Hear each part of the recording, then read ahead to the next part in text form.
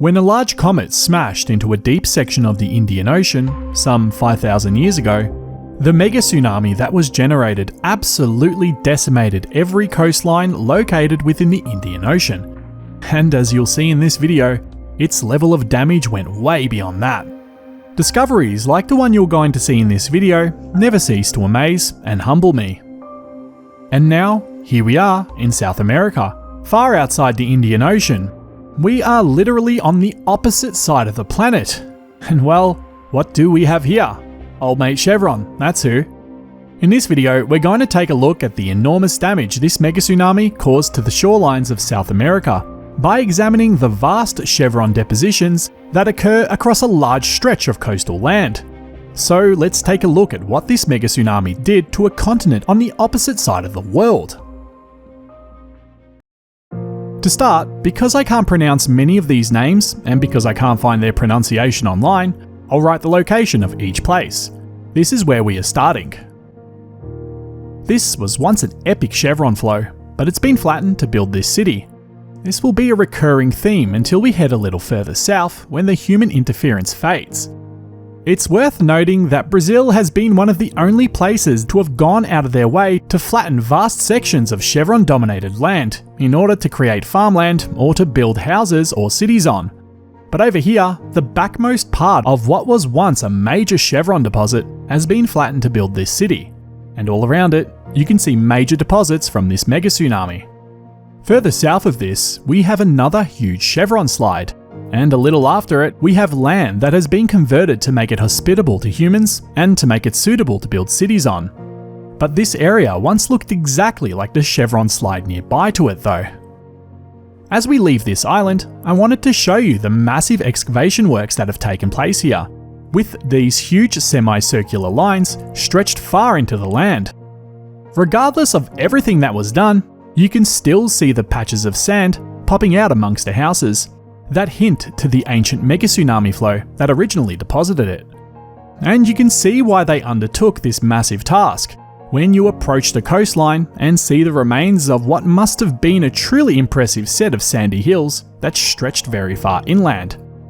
I have a feeling they stretched all the way up to that impressive mountain range, and I kind of feel like this semicircular land is setting the scene for some kind of futuristic city to be built on, to be honest. But anyway, we can see the chevrons that tore across here before human interference. And just a little further south from here, we have another set that flowed in before smashing into these giant hills here. We can see a few more chevron deposits further away, and in between here and them, the land has been completely flattened to make way for agriculture or houses. You can still see the tears in the hills from where this tsunami leaped up over them. Truly amazing stuff. The land still hasn't recovered, even though it's been 5,000 years since this event occurred. And look at this little isolated strip of chevrons, dominated by a nearby city that's slowly suffocating it out of existence. As we move on, we can see large strips of coastline that were inundated by the mega tsunami during the event, poking out amongst the brick and mortar of the surrounding city. Some of these deposits are quite impressive, and as you can see, they stretch along the entirety of this coastline. But let's dial the intensity up a notch. We are currently here. From here on out, the damage is going to ramp up considerably, and whilst I suspect that all the regions that we've looked at so far in this video once had the same look to them before humans altered the land, in this part you can see that very little alteration has occurred on the shorelines. But unfortunately, much of the land beyond that has been turned into farmland, so we can only get a glimpse at how incredible these chevrons must have been at one point in time, and you can bet they stretched far inland.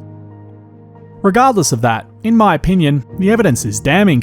The fact that this is the only part of South America that has these very intense chevron depositions right at the place where they should occur, that fit perfectly in line to a T with the epicenter of the Burckle crater impact, like come on. And if you've watched the full-length documentary we made, link in the description, this situation has never not happened. Like literally in every single place that we have looked at since we started this series, the wave damage has been so damn predictable. And every time it isn't present, literally every time, there's an explanation in the form of some piece of land that blocked the wave. Look at these tiny little chevrons that were spared during excavation, poking their heads out amongst the agricultural land, a truly isolated strip. Now, at this point, I kind of feel like the people that live here just said stuff it, let's learn to live with the chevrons instead of flattening them, as all the place is just built within them. Now, we are going to look at the most intense depositions, and we'll be travelling here. The largest chevron depositions occur from here on out. We'll start at the boundary between human habitation and land that has been left in the original state. Get ready to have your mind blown. And bam! Look at that. So yeah, wow. As you can see, this place got hammered. The chevron deposits here are intense. So intense it looks like people left them be and instead still developed the inner part of the land to farm on. So at the point where the chevrons end is where human interference begins. But far out, this stretches for hundreds of kilometers down South America from this point on. So yeah, this is what a place looks like after a mega tsunami has passed through. But you want to know the most mind-blowing bit? It swallowed this entire landscape whole. See those little chevrons on the opposite end? This was once nothing but chevrons. It's been reclaimed. But want to see something even more mind-blowing?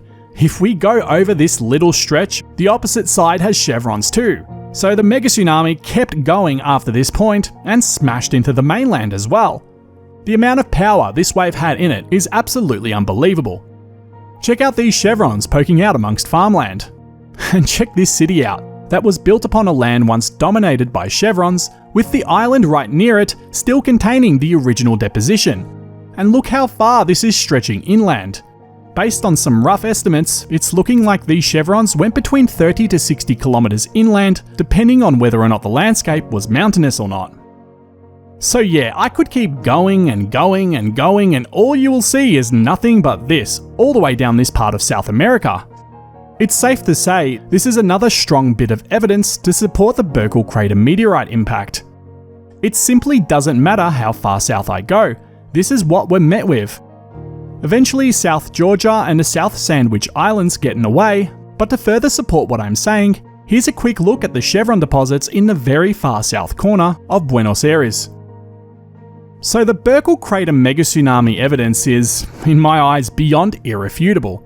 Perhaps I'm steeped in bias, but yeah, it appears to me that this series has presented more than enough evidence to convince even the most skeptical. Even though I wasn't planning on doing more chevron-based discovery episodes, these massive chevrons in South America were really something quite remarkable to look at. And I wanted to say thank you to the subscriber who told me to look into here. This episode's for you, mate.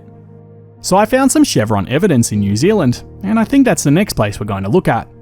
If you enjoyed this video, please hit that like button. It really does help the channel out. And thanks for watching.